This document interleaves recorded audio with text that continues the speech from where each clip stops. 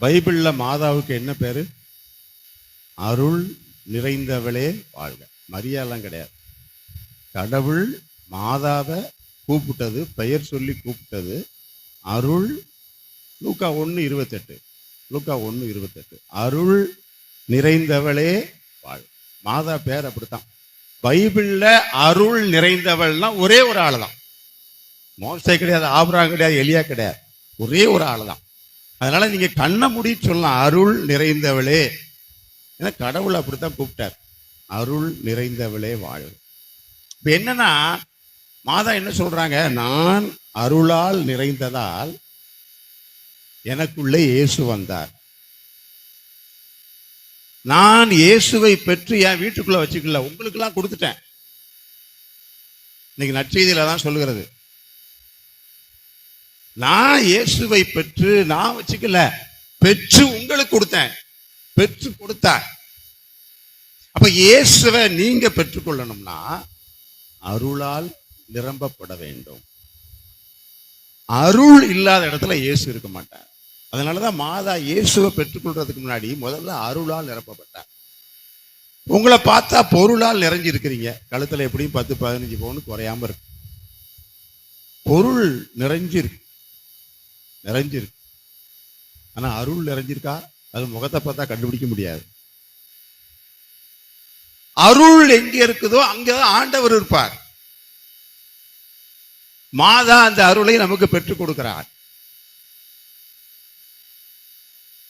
ஏன்னா இன்றைக்கு நற்செய்தியில வாசித்தோம் பாருங்க. இயேசு சிலுவையில 7 வசனத்தை சொல்றாரு, வரிசையா ஒவ்வொன்னா சொல்றாரு. தந்தையே அறியாமல் செய்கிறார்கள், மன்னியுங்கள், நீ இன்றே என்னோடு வான் வீட்டில் இருப்பாய். வரிசையா சொல்லிட்டு இன்னைக்கு நற்செய்தியில யோவான் 19ஆம் அதிகாரத்துல 26, 27 வசனம், 26வது வசனத்தில் என்ன சொல்கிறார்? அம்மா இவரே உன் மகன். 27வது வசனத்துல இவரே உன் தாய். 28வது வசனம் என்ன சொல்லுது பாருங்க. 28 வாசிங்க, 28 வாசிங்க. நீங்க 27 எல்லாரும் சேர்ந்து வாசிக்க பாப்போம். பின்னர் தம் சீடரிடம் இவரே உம் தாய் என்றார். அந்நேர முதல் அச்சீடர் அவரை தம் வீட்டில் ஏற்று ஆதரவு அளித்து வந்தார். அந்த சீடர்னு பேர் போட்டு எழுதிருக்கலாம். அந்த சீடருங்கிற இடத்துல உங்க பேர் எழுதிக்கோ, உங்க பேர் எழுதிக்கோ. ஏன்னா யோவானுக்குன்னு தனியா சொத்து போட்டு கொடுக்கல. யோவானுக்கு கொடுத்தா நம்ம ஒவ்வொருத்தருக்கும் கொடுத்தாங்கன்னு அர்த்தம். இயேசு கல்வாரியில் அவருடைய கடைசி கடமை 28 சொல்லுகிறது இவரே உன் தாய் சொல்லிட்டாரு. 27 என்ன சொல்லுகிறது? இதன் பின் அனைத்தும் நிறைவேறிவிட்டது. இயேசு இந்த உலகத்துக்கு வந்ததும் வாழ்ந்ததும் எப்போ நிறைவேறிச்சு? எல்லாம் நிறைவேறி எப்ப சொல்றாருன்னா, எப்போ மாதாட்ட இதோ உன் மகள், இதோ உன் மகன். யாரு? இந்த உலகத்துல பிறக்கிற ஒவ்வொருத்தரும் மாதாவோட மகன், மாதாவோட மகள். அது மாற்றுக்கிறது கிடையாது. எந்த மதமா இருக்கட்டும், எந்த மதமா இருந்தாலும். அது அன்னை மரியாளின் பிள்ளை.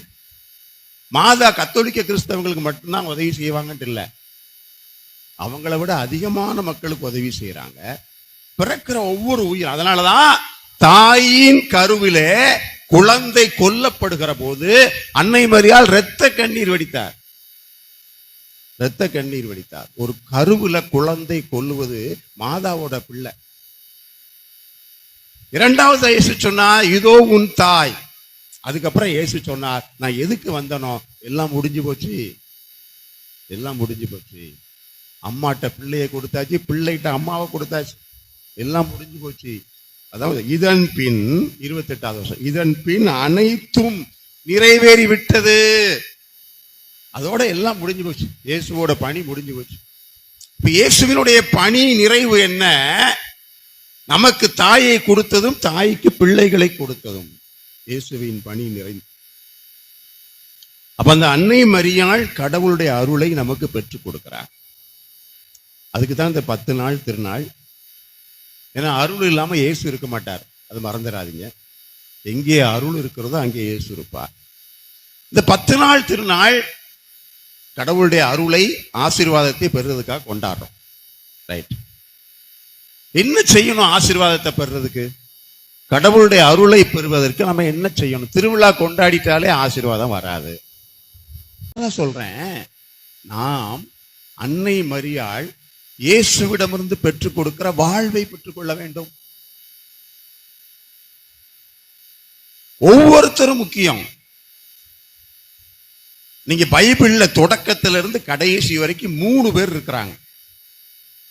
யாரெல்லாம் தெரியுமா? ஒரு ஆண், ஒரு பெண், பாம்பு. இந்த 3 பேரும் ஏதேன் தோட்டத்துல 3 பேர் இருந்தாங்க. ஆதாம், ஏவாள், பாம்பு. 12ஆம் அதிகாரம், அங்கே 3 பேர் இருக்கிறார்கள். ஒரு ஆண் இயேசு, ஒரு பெண் மரியாள், அரக்க பாம்பு. இந்த 3 பேரும் பைபிள் முழுவதும் தொடக்கத்திலிருந்து கடைசி வரைக்கும் இருக்கிறாங்க. போரே அதான், சண்டையே அதான். யார் ஜெயிக்கிறது? இயேசு சொன்னாரே, உன் மகன் ஏன் சொன்னார் தெரியுமா? நீ பாம்புக்கு பிள்ளையாயிடக்கூடாது, நீ சாத்தானுக்கு பிள்ளையாயிடக்கூடாது, நீ மாதாவுக்கு பிள்ளையா இருக்கணும். யாராவது ஒருத்தருக்கு தான் பிள்ளையா இருக்க முடியும். அதனாலதான் இயேசு சொன்னார், அம்மா இதோ உன் மகன், பார்த்துக்கோங்க, அவன் பாம்பு சாத்தான் ரெடியா இருக்கான் தூக்கிட்டு போறதுக்கு. அப்ப நாம் விவிலியம் முழுவதும் பார்க்கிறோமே, ஒரு ஆண் ஒரு பெண், அவர்கள்தான் மீட்பை, அவர்கள்தான் படைப்பை, அவர்கள்தான் நமக்கு உயிர்ப்பை எல்லாம் கொடுக்கக்கூடிய, பாம்பு இல்ல. அப்ப வாழ்வுக்குரியவற்றை நாம் தேட வேண்டும். நம்ம திருவிழா கொண்டாடுறோமே, எல்லாரும் சேர்ந்து திருவிழா, நமக்கு ஆசீர்வாதம் எப்படி வரும்? அதுக்கப்புறம் இதுக்கு வர, ஏன்னா நம்ம 10 நாள் எதை ஆசீர்வாதமா வச்சிருக்கிறோம்? முதலாவது ஜெபமாலை. ஒவ்வொரு நாளும் ஜெபமாலை நடக்கும் கோயில்ல. ஜெபமாலை சொல்லப்படும். ஜெபமாலை சொன்ன ஆசீர்வாதம் வருமா வராதா? ஹலோ, நீங்க தான் நோட்டீஸ்ல போட்டிருக்கீங்க, யுவர் ஆனர், ஜெபமாலை சொன்னா ஆசீர்வாதம் வருமா வராதா? நீங்க முழிக்கிறத பார்த்தா சந்தேகமா இருக்குன்னு நான் எடுத்துக்கிடுவேன். ஜெபமாலை சொன்னா ஆசீர்வாதம் வருமா வராதா? ஏன்னா ஒரு மாதா கோயிலுக்கு கூப்பிட்டாங்க, பக்கத்து ஊருங்க, லூர்து மாதா கோயில். நோட்டீஸ் அனுப்பிட்டாங்க. என்ன போட்டிருக்காங்க? மாலை 6 மணிக்கு ஜெபமாலை நடைபெறும், அதைத் தொடர்ந்து 6:30க்கு திருப்பலி நடைபெறும், அன்போடு அழைக்கிறோம் பங்கு தந்தை, ஊர் மக்கள், நாட்டாமை போட்டாங்க. நான் 6 மணிக்கே போயிட்டேன். கொஞ்சம் முன்னுக்குட்டி போயிடும், ஜெபமாலை சொல்லுவாங்கல்ல, போய் போனேன். இன்னும் ஜெபமாலை ரொம்ப பிடிக்கும், போயிட்டேன். 6 மணிக்கு போனா 3 பேர் தான் கோயில்ல இருக்காங்க. ஜெபமாலை நடந்துக்கிட்டு, ஒன்று உபதேசியார், இன்னொரு சக்ரிஸ்டால், இன்னொன்று மணி அடிக்கிறவர். 3 பேர் தான் இருக்காங்க. ஜெபமாலை முடியுத வரைக்கும் 3 பேர் தான். தந்தை மகன் போட்ட அப்புறம் ஒரு 10 பேர் வந்தாங்க. ஆண்டவரை இறக்கமாயிரம் பாடும்போது 3/4 வந்துட்டாங்க. அப்ப அந்த ஊருக்காரங்க நோட்டீஸ்ல அடிச்சிருக்காங்க, 6 மணிக்கு ஜெபமாலை நடைபெறும்னு என்ன அர்த்தம்? உபதேசியார் சொல்லுவார்னு அர்த்தம். நாங்க ஜெபம் பண்ண மாட்டோம், உபதேசியார் சொல்லுவார். என்ன கோயில்? லூர்து மாதா கோயில். அந்த 10 நாளும் மாதா கோயில்ல ஜெபமாலை நடக்கும். ஆனா நாங்க வரமாட்டோம். வரலன்னா அதான அர்த்தம். ஜெபமாலை சொன்ன ஆசீர்வாதம் வருமா? மோகன் சி லாசர்ஸ்ட போனா ஆசீர்வாதம் வருமா? பதில் சொல்லுங்க பாப்போம். ஏன்னா எனக்கு மோகன் சி லாசர்ஸ்ட போடணும் ஆசையா இருக்கு. அது நீங்க போயிட்டு வந்தவங்க இருப்பிய, சொல்லுங்க. அங்க போனா தான் நிறைய கிடைக்கும், அங்க போயிருந்தப்பா, நீங்க வந்து சாட்சி சொல்லுங்க. இல்ல ஜெபமாலை சொன்ன ஆசீர்வாதம் வரும்னா நம்ம முடிவு பண்ணுவோம் ஏதாவது ஒண்ணு. சரிதானா? ஜெபமாலை சொன்ன ஆசீர்வாதம் வரும்னா ஏன் ஜெபமாலைக்கு கோயிலுக்கு வரமாட்டேங்க? இந்த 10 நாளாவது, வருஷம் பூரா இன்னும் போயிட்டு போங்க, இந்த 10 நாளாவது. அப்போ 10 நாளும் திருப்பலி தந்தை மகன் தூயாவில ஆரம்பிக்கல, ஜெபமாலையிலே ஆரம்பிக்குது. நீ ஆசீர்வாதத்தை விட்டுட்டு எங்கேயாவது இந்த லைட்லையும் பல்புலையும் தேடிட்டு அடையாத பாவம், செண்டமலத்துல தேடாத பாவம் நீ. ஆசீர்வாதம் கடவுள் எப்படி கொடுக்கிறார்? இந்த 10 நாளும் ஜெபமாலை ஜெபிக்கப்படும். எல்லாரும் ஜெபமால ஜெபிப்போம். கோயிலுக்கு வந்துடணும், பிள்ளைகளெல்லாம் கூப்பிட்டு வந்துடணும். ஏன்னா உனக்கு உங்க அம்மா சொல்லி கொடுத்தாங்க, நீ உன் பிள்ளைக்கு சொல்லி கொடுக்கலையே. உங்க அம்மா உன்னை கையை பிடிச்சி கோயில் கூப்பிட்டு போனாங்க, அதெல்லாம் நீ சொல்லிக்கிட்டு இருக்க, உன் பிள்ளைக்கு சொல்லி கொடுக்கலையே. திருப்பலி ஆரம்பிச்ச பிறகு பிள்ளைய கூட்டிட்டு அது என்ன நினைக்கும், ஜெபமாலன்னு ஒன்று சொல்லுவாங்க கோயில்ல, இன்னும் கொஞ்ச நாள் கழிச்சு அதையும் சொல்ல மாட்டானுங்க. அப்ப என்ன செய்யணும், அட்லீஸ்ட் எதெல்லாம் மாதா கோயிலா இருக்கோ அந்த கோயில்ல 10 நாளும் ஜெபமாலை சொல்லும் போது ஊரெல்லாம் வந்திருக்கும். ஆமாவா இல்லையா? வருவோம் சொல்றவங்க கை தூக்குங்க, வருவோம் சொல்றவங்க கை தூக்குங்க. கொஞ்சம் யோசித்து எனக்கு இல்லாம ஆசீர்வாதம், நான் தினமும் ஜெபமாலை சொல்றேம்மா, சரிதானா? உனக்கு ஆசீர்வாதம் வேணும்னு சொன்னா, ஏன்னா புனித லூயிஸ் மான்போர்டு சொன்னாரு, இந்த உலகத்துக்கு எப்போ மீட்பு வந்துச்சு தெரியுமா? பழைய ஏற்பாட்டுல இறைவாக்கினர்கள்லாம் சொன்னாங்க மீட்பு வரும் வரும். எப்ப வந்துச்சு தெரியுமா? அருள் நிறைந்த மரியே வாழ்கன்னு சொன்ன பிறகுதான் வந்துச்சு. லூயிஸ் மான்போர்டு சொல்றார், எப்ப அருள் நிறைந்த மரியே சொல்றியோ அப்ப அங்க மீட்பு வரும். அதை சொல்லும் போதெல்லாம் வரும். அப்போ 10 நாளும் ஜெபமாலைக்கு வரணும். என்ன வேலை இருந்தாலும் தூக்கி போடு, 10 நாளைக்கு போல பண்ணிக்கோ, எல்லாரும் வரணும். மாதாவுக்கு அதை விட பெரிய சந்தோஷம் இருக்காது, அதை விட பெரிய சந்தோஷம் இருக்காது. எல்லாரும் எங்க பிள்ளைகள் எல்லாம் வந்து நிக்காங்கப்பா. 2வது நம்ம வச்சிருக்கிறதுலே உள்ள ஆசீர்வாதம் நீங்க செய்யறத தான். 2வது ஆசீர்வாதம் என்ன? திருப்பலி.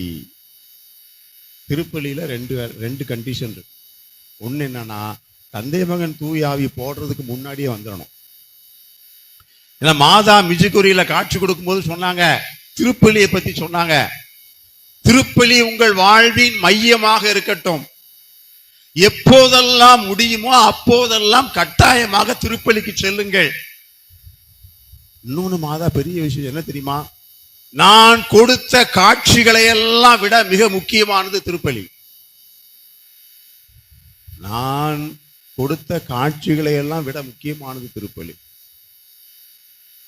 அப்ப அந்த திருப்பலி இந்த உலகம் கொடுக்க முடியாததை உங்களுக்கு கொடுக்கிறது. யாராலும் கொடுக்க முடியாத திருப்பலி கொடுக்கிறது. அதுக்கு மாற்றே கிடையாது. அப்ப முழு திருப்பலி நாம் காண வேண்டும். 2வது என்ன? இந்த திருவிழா காலத்துல நல்ல பாவ அறிக்கை செய்ய வேண்டும்.